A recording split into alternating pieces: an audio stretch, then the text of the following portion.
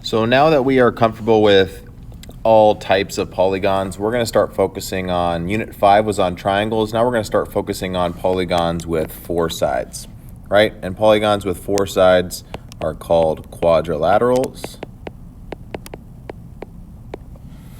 And the first quadrilateral, there's multiple types, right? We have squares, rectangles, trapezoids.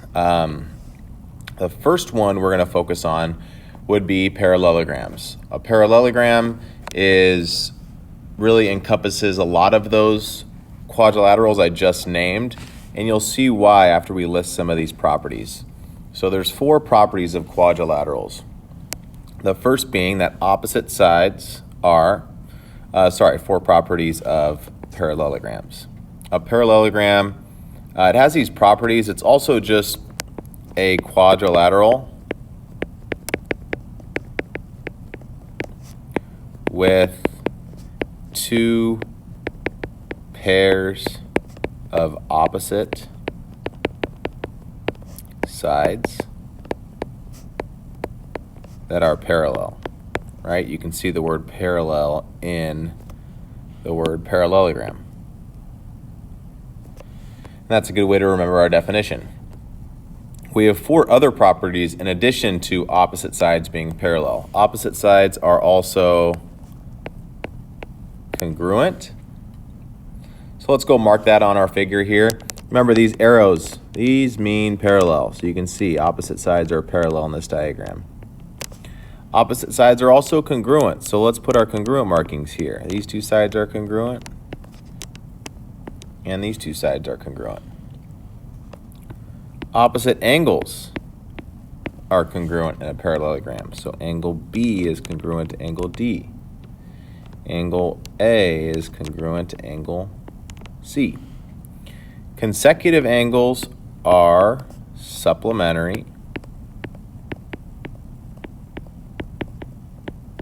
Okay. So let's just put that. Consecutive angles are angles that are next to each other. They're not opposite of each other. So let's put that here. If angle B is x degrees, then angle C is 180 minus x degrees. Supplementary means sums to 180. And then diagonals bisect each other. Okay, so we'll put that on here as well. Diagonal from B to D and a diagonal from A to C. If they're bisecting each other, that means this half is congruent to this half, and this half is congruent to this half. Okay. All of our properties marked on here, you should be really comfortable with what these markings mean. That way you don't need to write them out every single time. If a quadrilateral is a parallelogram, then all of the above properties must be true. So if you have a parallelogram, all 5 of these statements are true. 1, 2, 3, 4, and 5. So let's use those properties to solve for some measures in these parallelograms. Let's look at A together, and then we'll let you try B. For A, we have parallelogram CDEF. Remember, it's named by the vertices. Let's fill in everything that we have here. DE is 74, DG is 31, and angle FCD is 42 degrees. Okay. Great, we want to find the length of CF. CF is right here, and we know that opposite sides are congruent, so we know that CF then would be 74. We want the measure of angle FCD, the measure of angle EFC. EFC is right here. If you remember that consecutive angles are supplementary.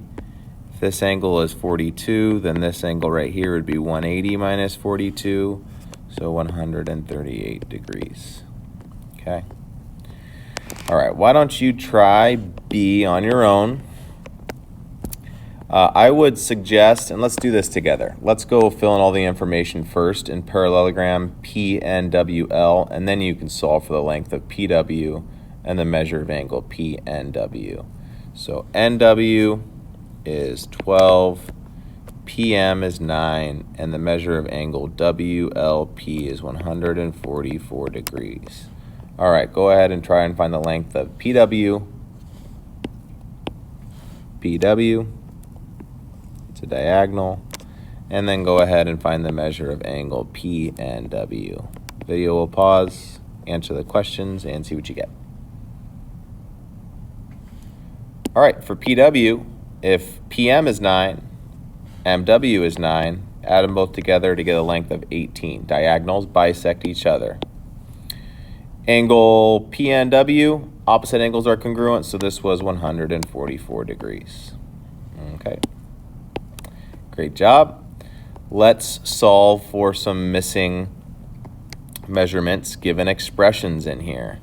Why don't we go ahead and try C together, and then I'll just give you some time to solve the last 3 on your own, and we'll check your solutions. So for C, we have opposite sides that are congruent, which should help us solve for A. You can take those 2 expressions and set them equal to each other. And then we have consecutive angles, angles that are next to each other, which are supplementary, which means they sum to 180. So we can add these 2 and set them equal to 180.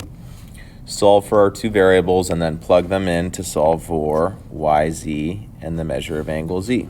Let's solve these together. Minus 6A, minus 6A.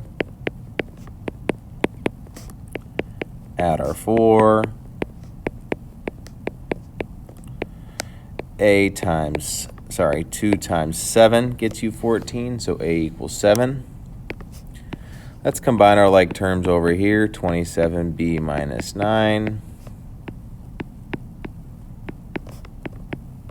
27 does go into 189.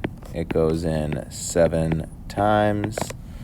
So we have 7 for both. Let's plug those both in for, we want the length of YZ, which is right here. So we'll plug in 7. 8 times 7 is 56. Minus 4 is a length of 54. And then for the measure of angle Z, which is right here, we're going to plug in 7 for B. 9 times 7 is 63, and 63 plus 2 is 65 degrees. Okay. Think back to your properties when you're trying to set up your equations here to solve for D, E, and F, okay? Go ahead and try all 3 on your own. Take your time. Don't just hit continue and wait for the work to be done. Try them on your own, and then we'll check your solutions when you're done. Okay, for G, J, if diagonals bisect each other, then you should have set up 3W equals W plus 8 and solve to get W equals 4. For FH, that's the length of the whole diagonal. Well, again, same thing. You need to solve for Z first.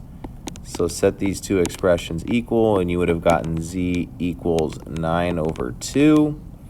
Plug them back in, right? For the length of FH, you were going to just plug this in for one of them. That's fine. So we would have 4 times 9 over 2 minus 9.